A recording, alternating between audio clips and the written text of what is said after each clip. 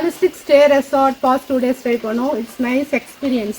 ஆக்சுவலாக மற்ற ஹோட்டல்லாம் நம்ம ஒரு 4 செவத்துக்குள்ளே இருக்கிற மாதிரி இருக்கும்.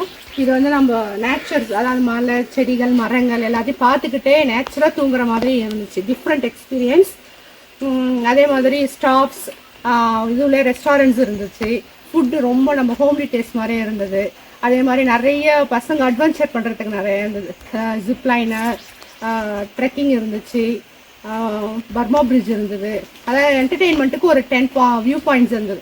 ஆக்சுவலாக நம்ம ஊட்டி கொடைக்கானல்லாம் போனால் நம்ம கார் எடுத்துட்டு அந்தந்த ஸ்பாட்டுக்கும் ஒரு ட்ராவல் பண்ணுற மாதிரி இருக்கும்.